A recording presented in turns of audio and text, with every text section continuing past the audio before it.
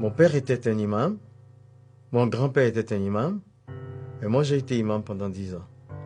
J'étais l'assistant de mon père, qui était un missionnaire de l'islam. Et c'est lui qui m'a formé, m'a enseigné le Coran, et j'ai fini de lire les 114 chapitres pendant 5 ans, et on est revenu pour faire le tafsir, le sens de chaque mot, pendant 5 autres années. Et donc, mon père était pour moi un héros, je voulais lui ressembler, être un imam comme mon père, être un imam comme mon grand-père. Alors, il y avait cette question que j'ai posée à mon père. Pendant que nous lisons le Coran, si la mort intervient, est-ce que nous allons partir au paradis? Et là, sa réponse a été, on ne peut pas le savoir pendant que nous sommes vivants. Parce qu'il y aura des balances qui seront érigées au jour du jugement et ça va peser les œuvres de chaque personne. Et donc, à cela, j'ai commencé moi-même mes propres recherches. Alors, je commence par la 100e sourate dans le Coran. À partir du verset 3, il dit « Inna lisan li rabihe la kanudun, wa innahu ala zalika la shahidun, wa innahu li hubli khairi la shadidun. » C'est-à-dire, l'homme est ingrat envers son Seigneur et il est témoin de son ingratitude. Le Coran veut dire que tous sont pécheurs, tous les humains pêchent. Après la 101e sourate dit « Fa'amaman sakulati mawazinuhu fahuwa fi shati radiyati, wa amaman kafati mawazinuhu fa'umuhu khawiyati, wa ma adirika ma khiyaha naru khawiyati. » C'est-à-dire, si tes œuvres bonnes surpassent les péchés, tu vas au paradis, mais si c'est l'inverse, tu vas en enfer. Alors j'ai commencé à réfléchir. La 100e sourate me dit que je suis pécheur et la 101e sourate me dit que je dois avoir plus de bonnes actions que de péchés. J'avais 35 ans, je ne connaissais pas le nombre de mes actions, ni bonnes ni mauvaises. Logiquement, je ne pouvais pas savoir mon séjour dans l'au-delà, ce qui m'attristait beaucoup. Et dans mes recherches, j'ai aussi découvert la personne de Jésus dans le Coran. Je le découvre d'abord avec des titres. Dans la 4e sourate, verset 171, il y a 3 titres au moins. Il y a Al-Masih, le Messie. Il y a Ruhullah, l'Esprit de Dieu. Il y a Kalimatullah, la parole de Dieu. Je suis donc le Messie, la parole de Dieu, l'Esprit de Dieu. Ensuite, je découvre que Jésus n'a jamais péché. Il n'a pas péché dans le Coran.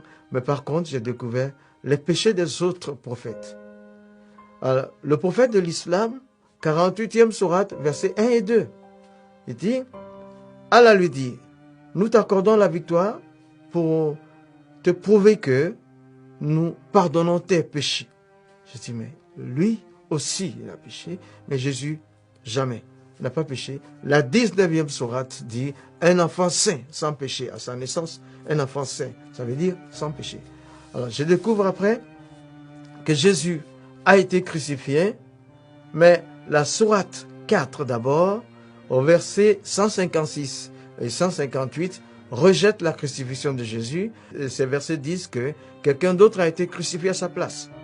Mais par contre, la 3e sourate, le verset 55, un dialogue entre Allah et son prophète Jésus, dans le Coran, il dit « Izikalallah » Allah dit « Ya Isa, toi Jésus, inni mutawafika, je te fais mourir, wa rafiuka, et je te lève à moi. Inni mutawafika, je te fais mourir, wa rafiuka, je te lève à moi. » Il dit, quand un mort est élevé, c'est qu'il est ressuscité. Les deux verbes, mourir et ressusciter et élever, sont collés par une conjonction. Ça veut dire Jésus est mort et ressuscité. Mais moi, je voulais savoir de quelle mort il est mort. Et je prends donc le verbe qui a été traduit en français, mourir. Tawafa est le verbe là. Tawafa, la première interprétation donne mort violente. La crucifixion est une mort violente. Deuxième interprétation, mourir pour atteindre un but. C'était le cas pour la crucifixion.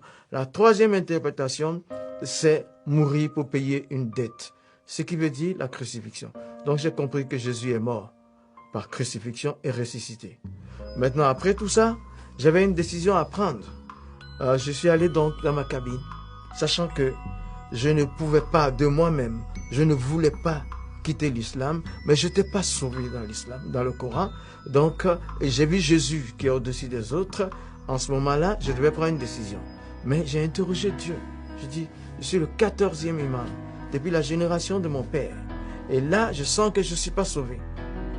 Je ne peux pas continuer à prier comme musulman, mais je ne peux pas devenir chrétien aussi. Comme tu es Dieu, décide ce que tu veux. C'est en ce moment-là que, dans ma cabine, j'avais éteint la lumière. Et pendant que je m'apprêtais à dormir, il y a eu une autre lumière qui s'est faite et une personne était présente avec moi dans le bateau.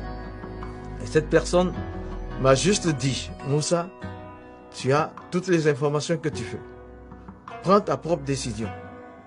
Et puis, il n'y avait plus de lumière, c'était les ténèbres. De nouveau, je l'ai cherché, je ne l'ai pas revu. Et donc, suite à tout ça, j'ai décidé de donner ma vie à Jésus. Parce que dans l'islam, selon le Coran, je n'étais pas sauvé. Et Jésus a des titres au-dessus des autres. Il n'a jamais péché. J'ai donc donné ma vie à Jésus en 1987.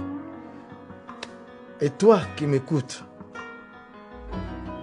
quel que soit le pays dans lequel tu te trouves, là, quel que soit ton nom, un seul chemin pour aller au ciel, c'est Jésus. Il dit, Anna, moi, Houa, je suis, Tariq, le chemin, Wal Haq, la vérité, Wal Hayat, la vie, Leza Ahad, pas un seul. Il a Ani, qui ne vienne à moi, il a Abi, ne peut arriver au Père.